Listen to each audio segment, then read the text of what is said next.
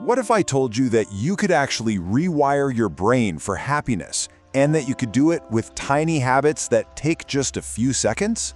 Well, today, we are diving into the science behind 7 powerful micro habits designed for an instant mood boost. You're going to want to hear this, so let's jump right in.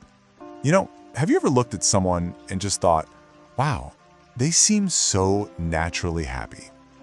It's so easy to chalk it up to, oh, that's just their personality. But what if it's not about who they are? What if it's really about what they do? And that really gets to the heart of it all. This idea that happiness isn't some fixed trait you're born with. Nope. The science is actually pretty clear on this. It's a skill. And the cool part? Your brain can learn it.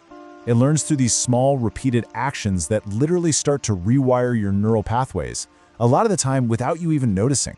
And that brings us to this amazing concept, the micro habit.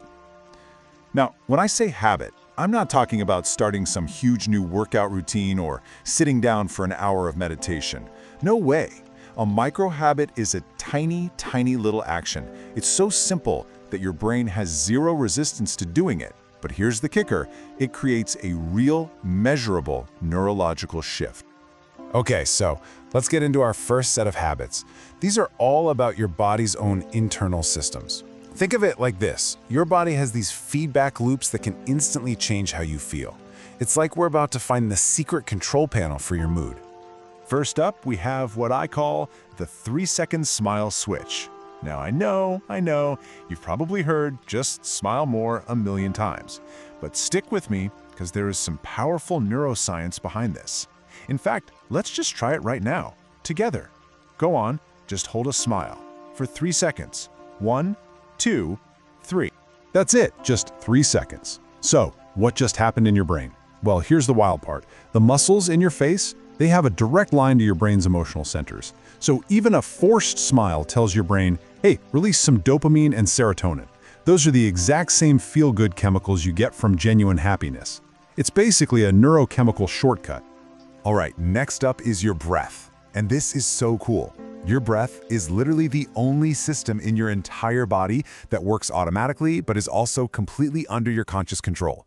Think about that. That means you have a direct lever you can pull anytime you want to change how you feel. And it's all about one single slow breath.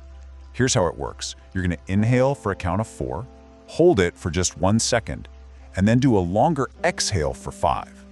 That simple action, it activates your parasympathetic nervous system.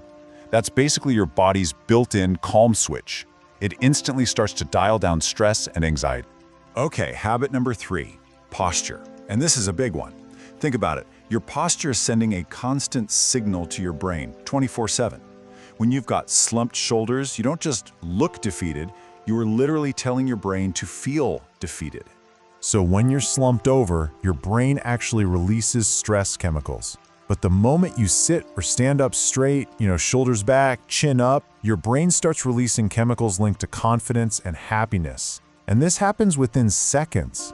We're talking about a 10-second change that literally alters your entire hormonal state. It's wild. Our final physical habit is all about your eyes, your vision. See, when you get stressed, your body goes into that classic fight or flight mode. And one of the first things that happens is you literally get tunnel vision. Your brain thinks there's a threat, so it narrows your focus to deal with it. So the reset for this is incredibly simple. Just look at something far away, like across the room or out a window, and hold your gaze for just 5 seconds.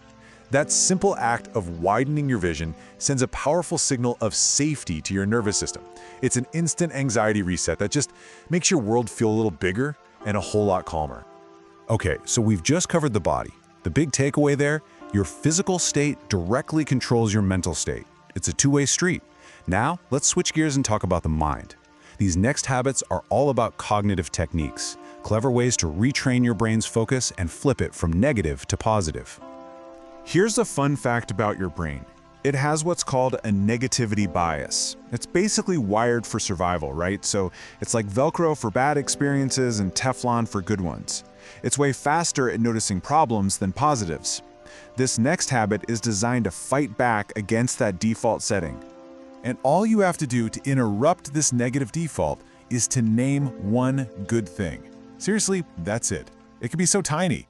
Hey, I have a warm cup of coffee. Or the sun is actually out today.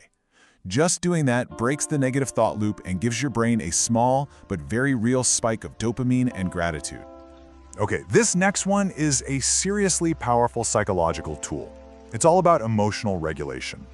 You know that feeling when an emotion just washes over you and it feels totally overwhelming? Your brain is basically in a state of chaos. It's just reacting, but it doesn't fully grasp what's happening. Well, check this out.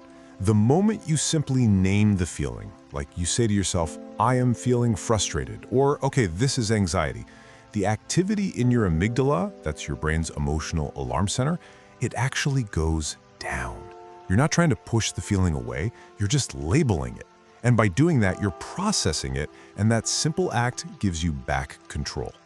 All right, we're on to our final habit.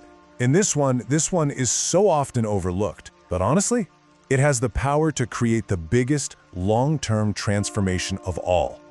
This is the one that turns that emotional chaos into real clarity. I want you to think of this micro-habit as a kind of bridge. It connects that reactive, emotional part of you with the wise, rational part of you.